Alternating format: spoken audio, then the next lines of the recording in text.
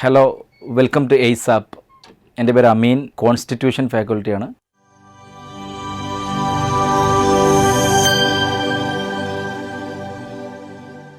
Indian ഭരണഘടനയിലെ ഒരു ചെറിയ ഭാഗം നമുക്കൊന്ന് ചർച്ച ചെയ്യാം. ഇന്ത്യൻ ഭരണഘടനയിൽ പട്ടിക അല്ലെങ്കിൽ ഷെഡ്യൂൾസ് എന്ന് പറയുന്നൊരു സംഭവമുണ്ട്.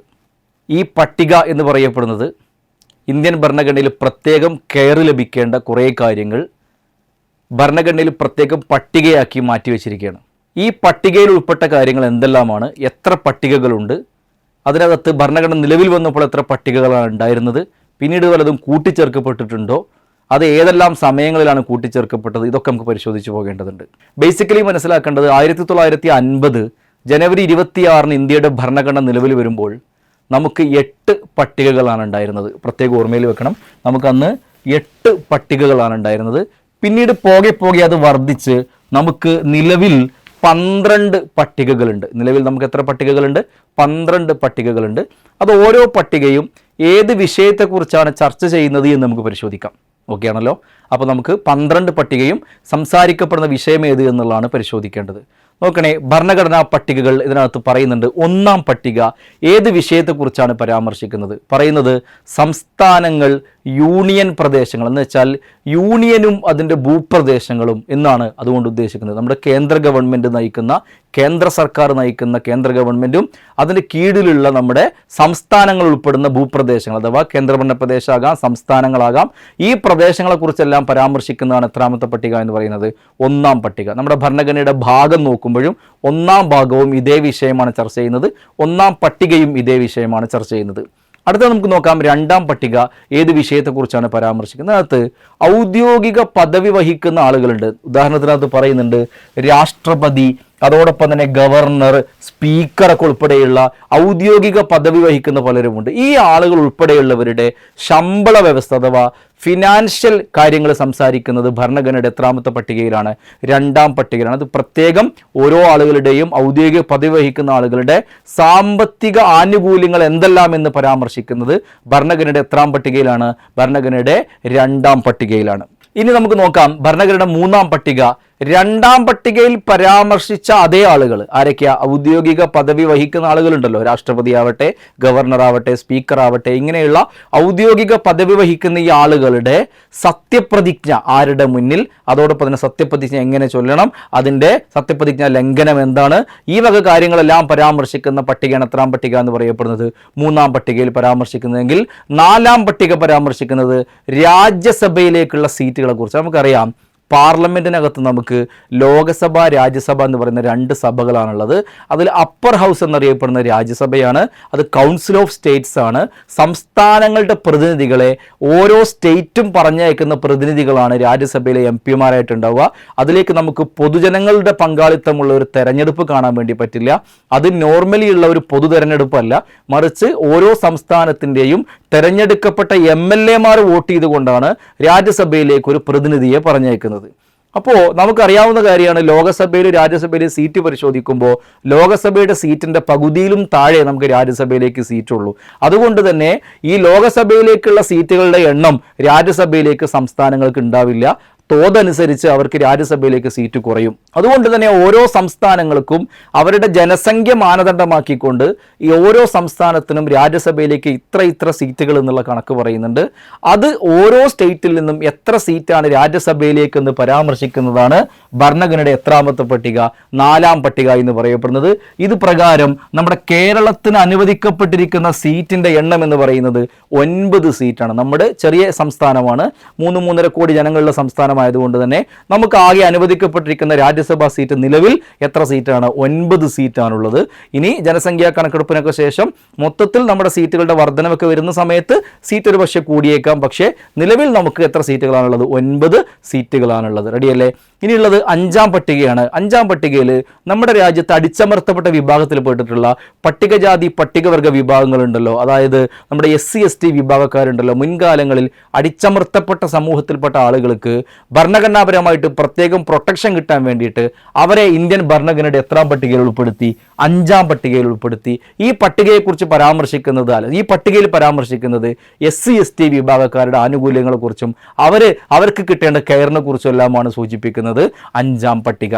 ഇനി നോക്കാം നമുക്ക് ആറാം പട്ടികയിൽ നമ്മുടെ രാജ്യത്തെ പ്രധാനപ്പെട്ട 4 സ്റ്റേറ്റുകളുടെ പേര് പറയുന്നുണ്ട്. ഒന്ന് ആസാം, മറ്റൊന്ന് മേഘാലയ, മറ്റൊന്ന് ത്രിപുര, മറ്റൊന്ന് മിസോറാം.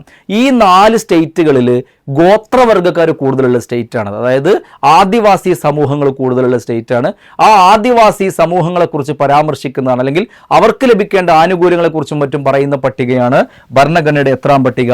ആറാം പട്ടിക എന്ന് സൂചിപ്പിക്കുന്നത്. നോക്കാം നമുക്ക് 7ആം പട്ടിക. ലിസ്റ്റുകളെ കുറിച്ച്, അതായത് ചെറിയൊരു മിസ്റ്റേക്ക് ഉണ്ട്. ലിസ്റ്റുകളെ കുറിച്ചാണ് എത്രാം പട്ടിക പരാമർശിക്കുന്നത്? നമ്മുടെ 7ആം പട്ടിക പരാമർശിക്കുന്നത് ലിസ്റ്റുകളെ കുറിച്ച്. നമുക്കറിയാം നമ്മുടെ രാജ്യത്ത് ഭരിക്കപ്പെടേണ്ട വകുപ്പുകളെ നമ്മൾ 3 ലിസ്റ്റുകളിലാക്കിയിട്ട് വേർതിരിച്ചിട്ടുണ്ട് അല്ലേ. അതിലൊന്ന് യൂണിയൻ ലിസ്റ്റാണ്, മറ്റൊന്ന് സ്റ്റേറ്റ് ലിസ്റ്റാണ്, മറ്റൊന്ന് കൺകറന്റ് ലിസ്റ്റാണ്. ഇങ്ങനെ 3 തരം ലിസ്റ്റുകളാണ് നമുക്ക് ഭരണഘടന നമുക്ക് പറഞ്ഞു തരുന്ന ലിസ്റ്റുകൾ. 3 തരം ലിസ്റ്റാണ്.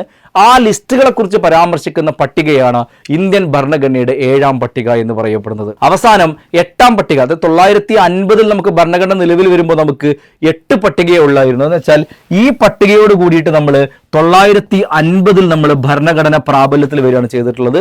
പിന്നീട് അതെന്ത് ചെയ്യപ്പെടുകയാണ് ചെയ്തിട്ടുള്ളത്? അത് അതിനകത്തേക്ക് വർദ്ധിക്കപ്പെടുകയാണ് ചെയ്തിട്ടുള്ളത്. 4 പട്ടികകൾ കൂടി വർദ്ധിക്കപ്പെടുകയാണ് ചെയ്തിട്ടുള്ളത്. അപ്പൊ 8ആം പട്ടിക പരിശോധിക്കാൻ നമുക്ക് ഭരണഘടന അംഗീകരിച്ച ഭാഷകളെ കുറിച്ച്. ഇപ്പൊ ഇന്ത്യൻ ഭരണഘടന അംഗീകരിച്ചിട്ടുള്ള 22 ഭാഷകൾ നമുക്ക് ഭരണഘടനാപരമായിട്ടുണ്ട്. നമ്മുടെ മലയാളം ഉൾപ്പെടെ 22 ഭാഷകളുണ്ട്. ഈ ഭാഷകളെ കുറിച്ച് പരാമർശിക്കുന്ന പട്ടികയാണ് എത്രാം പട്ടിക എന്ന് പറയപ്പെടുന്നത്?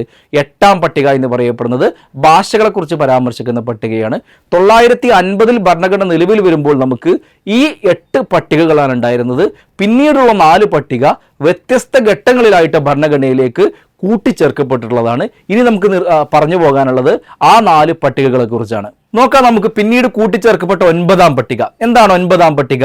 1951 ശ്രദ്ധിക്കണേ, 1951 ഇന്ത്യൻ ഭരണഘടനയുടെ 1ആം ഭേദഗതിയിലൂടെ, ഇന്ത്യൻ ഭരണഘടനയുടെ 1ആം ഭേദഗതിയിലൂടെയാണ്, പ്രത്യേകം ശ്രദ്ധിക്കണേ, 951 ഭരണഘടനയുടെ ആദ്യത്തെ ഭേദഗതി തന്നെ പട്ടിക 8 എന്നുള്ളത് എന്താക്കുകയാണ് ചെയ്തിട്ടുള്ളത്?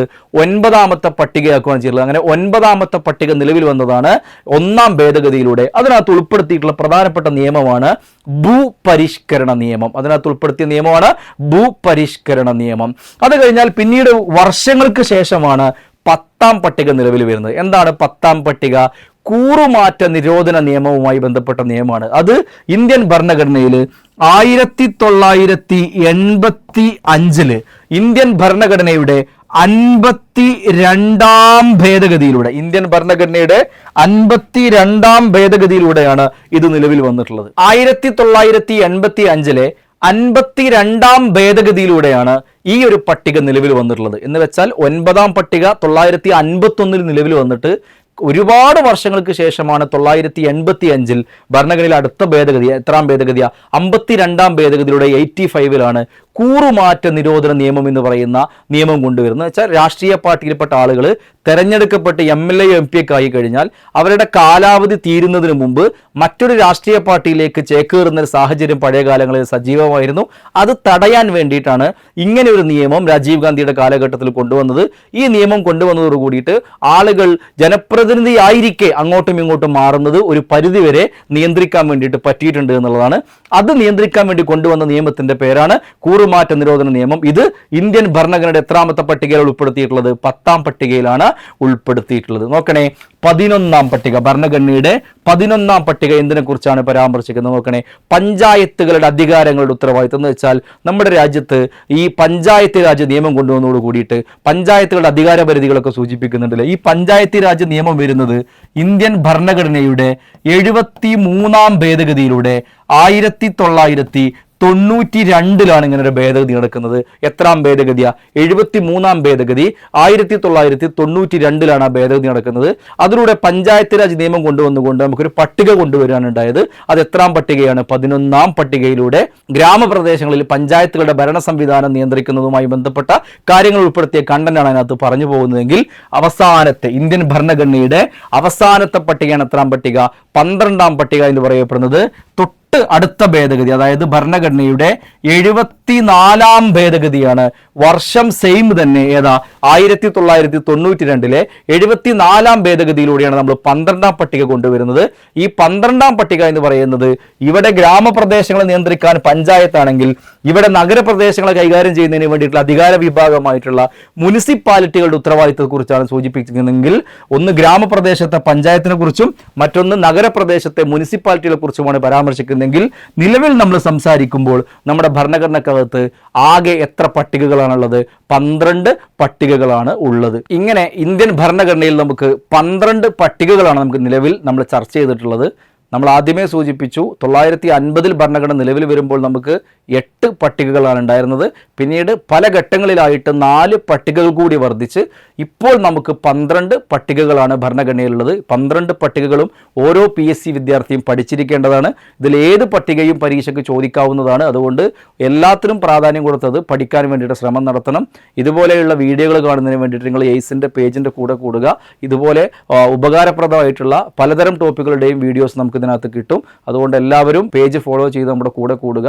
നമുക്ക് ഇത് തുടർന്നും മറ്റു വീഡിയോകളുമായിട്ട് കാണാം.